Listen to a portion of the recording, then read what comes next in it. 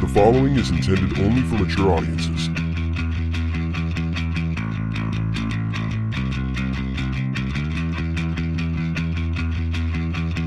Open your ears and lube up your butthole. It's time for the What Do We Call It podcast. Now, here's your host.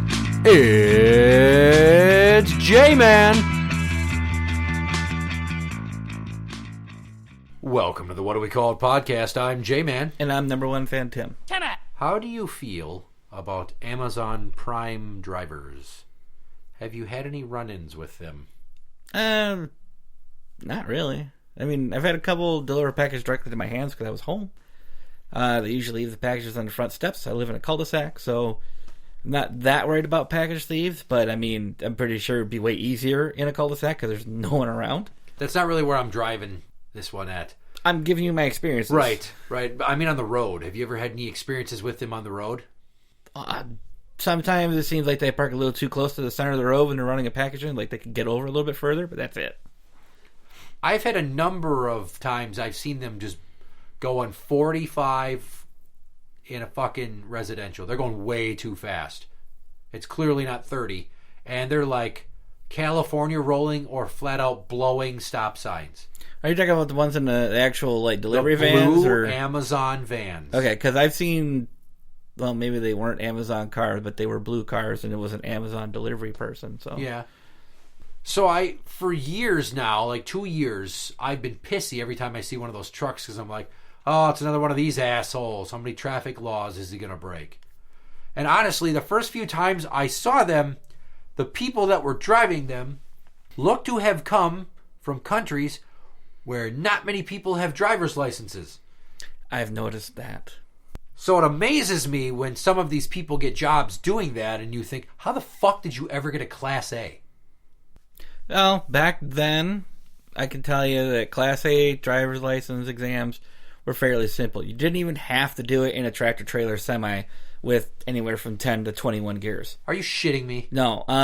When I took my Class A test, I mean, I studied for the tractor-trailer stuff, but when the company that I worked for took me to the test, I was in a 2-ton dumper truck, single axle, with just a hitch pin trailer.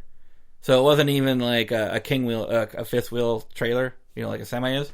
It was just a regular truck and trailer, but it met the weight and size requirements for a Class A license. Then I had to learn to drive a split transmission, 10-speed truck with a 53-foot trailer on it. Jesus Christ. Which by the time I got to that stage, I'd already very familiar with a split 8-speed. So I mean, a split 10-speed wasn't that much more difficult, but. It was definitely, and I was used to driving trucks with trailers on them, just not like that. And I actually found it easier to drive a semi with a trailer like that than a regular truck with a long trailer on it. There's so much more maneuverability, but it takes more room, but you can also turn way sharper. Well, like I said, this has been bothering me for a while. And I thought it was just because they were assholes, like Audi drivers.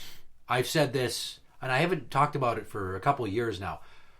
Continually from I swear 2013 until 2018, whenever I saw somebody behind the wheel of an Audi, they were driving like an asshole. I just figured certain types of people owned Audis. I had that experience with BMW drivers. It seemed like they never used their turn signals. Well, it turns out that this is probably Amazon's fault because Business Insider spoke with 31 current or recently employed drivers about what it's like to deliver packages for Amazon. And to sum it up, drivers described a variety of alleged abuses, including lack of overtime pay, missing wages, intimidation, and favoritism. Here's what surprised me. Many of these drivers also described a physically demanding work environment in which, under strict time constraints, they felt pressured to drive at dangerously high speeds, blow stop signs, and urinate in bottles on their trucks. That's not a new thing. Yeah, trucker bombs aren't new. But you just think that some of these people in this story talked about, I would drive crazy so I could get through my route to try to get off early. That's on them. But there's some people that were like, if you didn't have a certain percentage of completion per shift, they got rid of you. It just seems like it's way too stressful of a job that nobody should want.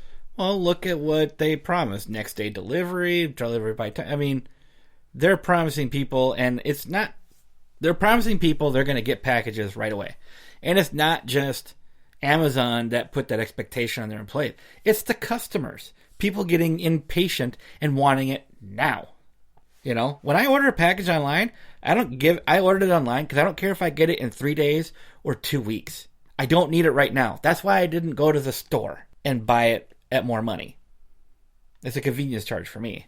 Yeah, well, here's the first one they talk about. This guy named Zachariah Vargas, 6 hours into a shift delivering packages for Amazon, about to drop off a package when he accidentally slammed the door of his truck on his hand, and the door clicked shut, trapping his middle and ring fingers. Once he freed them, blood began to pour. Both of his arms started to shake involuntarily. The lacerations were deep. Vargas thought he glimpsed bone when he wiped away the blood. Panicked, he called his dispatch supervisor, who was working at a nearby Amazon facility. He said he received no sympathy. The first thing they asked was, "How many packages do you have left?" Oh, that's just bad. He had dozens remaining. Delivering them all would take several hours. Still, his supervisor advised him to drop them all off before returning to the station or seeking care. Vargas ignored his boss and headed back. He was worried, and there was no first aid kit in his truck. The commercial vehicle is supposed to have a first aid truck on it. Those are commercial vehicles. Yeah. When he arrived at the station, he was mocked. His dispatcher kept saying, "Are you dying right now? Girls have come back with worse wounds than you." The same manager ordered Vargas to unload his truck and pointed towards an Amazon official at the warehouse and told him, "Amazon is watching you. They don't like when undelivered packages come back." Vargas also claims another supervisor told him he should have knocked on a customer's door to ask for a Band-Aid, then continued on his route. Jesus Christ. Yeah.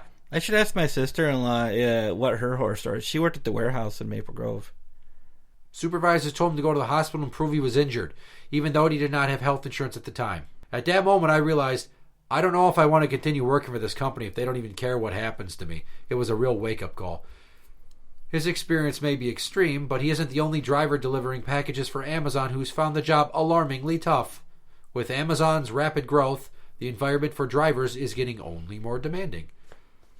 Amazon has more than 100 million paying Prime members. The membership, which costs $119 annually, promises free 2-day shipping of millions of items and same-day delivery through Prime Now. The company delivered over 5 billion Prime packages worldwide in 2017. To ensure that millions of packages are delivered each day, Amazon employs some drivers through its Amazon Flex program. Flex drivers work directly with Amazon. They make their own hours and are their own bosses. Amazon also uses FedEx, UPS, and USPS, as well as third-party courier companies that it calls its Delivery Service Partners, or DSPs, which manage their own fleets. Delivery Service Partners are companies that employ and manage many drivers, like Vargas, who work to fulfill deliveries for partners such as Amazon. Vargas did not wish to name his employer, so he didn't work directly for Amazon. But he worked for somebody that Amazon uses for a third-party courier. So then you can't blame it on Amazon. You can't say Amazon. You have to blame it on people you actually work for. Well, no, if you don't meet Amazon standards, then you're not going to be one of their third-party couriers. Yeah. Is how that works out. Amazon's the one that has they fucking set the standard with their 2-day and next day shipping. And then think of what that did to the United States Postal Service, to the fucking UPS and FedEx. They're like, Jesus Christ, really? But the funny thing is to make up for that loss in revenue that goes to people shipping through Amazon, all three of them are shipping Amazon packages to stay afloat. Good. Adapt. Survive. Right. But it's just like Amazon is so big. It's hard not to hate them. I mean, obviously you can't not use them at all in any way. There's somehow Amazon is affecting your life, be it through they have some fucking Wi-Fi device in your house, or a Fire Stick on your TV, or all the shit they sell because, I can't go to the store during the pandemic, so business was booming for them. So how many people suddenly were delivery drivers? Yeah, I don't order from Amazon very often. But now, conversely, my friend Paul, formerly of the Basket Case podcast, who lives in Pennsylvania, he delivers for a medical supply courier. And he works 14 hours a day, 7 days a fucking week most times. Screw that. He Life's says too short. he puts in 70 or 80 hours easy. Jesus, dude's gonna die. But he talks about the expectation to get shit done. And he'll drive through like almost mountain-like roads in the part of Pennsylvania that he's in. And there's no cell service. And the lighting is poor. So the visibility sucks. He's like, it's pretty hairy, but I'm bringing like floor mats and uniforms to hospitals. But the demand is always. How many people do you know that are truckers now? I just know him. When I look at truckers, I know the one trucker that I worked for a bit. But people I know that worked for delivery services and stuff like that, I don't know. 0.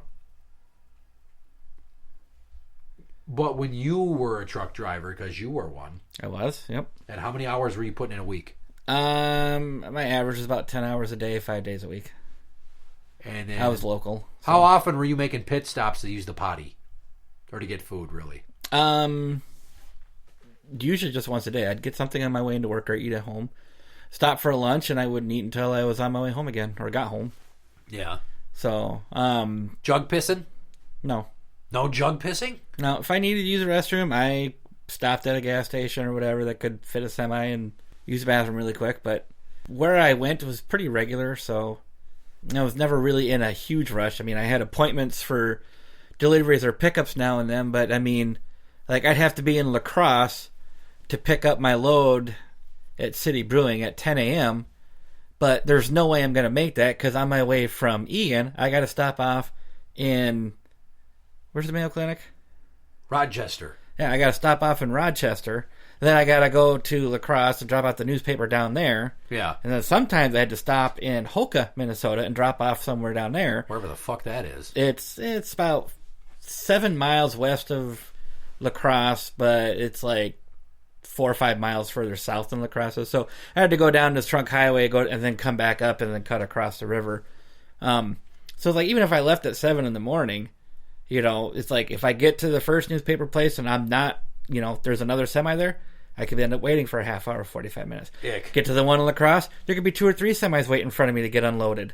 So I'm going to be sitting there waiting to get unloaded. And then I can get over to City Brewing, and if I miss my appointment, well, now it's whenever we can fit you in, and City Brewing has 80 docks. But where I'm picking up is only 12 docks, and that's where everybody's picking up. So, like, and, I mean, I get there, and it's like all the docks are full, or there's been times I got there, and there's only 2 docks that have trucks parked in them. But across the road, there's a parking lot that probably has 12 semis in it. And you never know which order you're in. And so I'd go in, check in, and pray to God they called me soon because I was salaried. So if I worked more than 8 hours, I started losing money. Well, this says that some drivers said they felt Amazon-affiliated courier companies were to blame for many of the problems they described. But others, including several labor experts, said they felt the blame should be placed with Amazon, adding that the company was pressuring courier companies to deliver more and faster. They said Amazon was profiting off of cheap labor, which they totally do. And it doesn't have to protect anybody because it's outsourcing the jobs to companies that it doesn't adequately supervise. So, Amazon is doing whatever they want, said Edgar Serta, a driver who's worked for 2 courier companies delivering packages for Amazon. He says, we're paying the price, the drivers. And here's an interesting one. It doesn't take much to become an applicant for Amazon's courier business. So this is what I was talking about. I was wondering. They solicit prospective courier companies through an online application process. And it doesn't take much more than cargo vans and insurance to apply. Start your business with as little as 10 G's, Amazon advertises on its website. Logistics experience not required. Which you would think, running that many fucking packages to that many different addresses and working in different zip codes and all that shit with traffic that varies depending upon if it's a residential area or if you're using main lines to get there, like 94, 35, 694, shit like that. Mm-hmm. You would want to know all this and have some logistics experience, but the whole process to become a courier for Amazon can take as little as 4 weeks or as long as 6 months, which the 6 months sounds acceptable. But once Amazon accepts a courier into its system, it provides a set number of delivery driver routes. Each route, which is assigned to a single driver, has a daily volume of between 250 and 300 packages on average. Drivers said that number could spike as high as 400 during the holiday periods. Amazon also provides the electronics devices. Drivers use these for scanning each package and route navigation. Courier companies then handle the costs of running the business, including payroll, taxes, insurance, vans, and gas. So Amazon's not going to get any smaller anytime soon, right? So these are problems that are going to persist. I agree that they need to be broken up. It's to the point like with Facebook. And obviously, if a business is successful, it's going to keep growing, right? That's how Amazon got to be the monster that it is. Yeah. But now Amazon's talking about expanding with same-day drone delivery service. Those things are going to get shot out of the sky. I guarantee it. I think it's a bad idea to have that many fucking drones around. Yeah. Is somebody going to have to pilot that thing? Why not just put all those packages in a truck? Why not, instead of 2-day delivery or next day delivery, why don't you just do like 2-day and 4-day? You slow it down by half. You're still probably going to sell at least 80%, if not 90% as much shit. They're not going to lose any business from doing that. Because they get so much and it's so cheap, and they even have third-party sellers. Amazon's just like the wild fucking West. Somehow they're a corporation that does whatever the fuck they want, and they have their own strict and stringent rules and policies at their facilities. But otherwise, it's just like, third party this, third party that. Hope it fucking works for you. That's why there's so many goddamn companies selling cheap Chinese knockoffs on there. And they say they're cracking down, but fuck, dude. I've ordered so much shit from China off of Amazon, and also eBay especially. Yeah, I ordered a DVD through Amazon for a Godzilla movie that I loved when I was a kid, and I get it, and it's something somebody burned on their computer at home, slapped the label from their printer on the DVD case, and mailed it to me. I paid $10 for it, and I got the movie, and now I don't know where the fucking thing is. It disappeared from the... But that shit does fly on there. They will make only as many as they sell for major releases now because of physical media falling out of favor. But finally, with these drivers now, I would be curious to know the statistics for the number of people that have been in major accidents with Amazon drivers that are running stop signs and red lights and shit. I don't know if you can find that specified of information. I'm sure they pay to keep that shit real hush-hush. I don't know if they can. It's public record. They're like a zillion-dollar company, so... Interact with the show on Twitter at What Do We Call It? That is at What Do We Call It? You can find us on Facebook at facebook.com/group/What Do We Call It podcast show. For the What Do We Call It podcast, I'm J-Man. And I'm number one fan, Tim. And that's the end.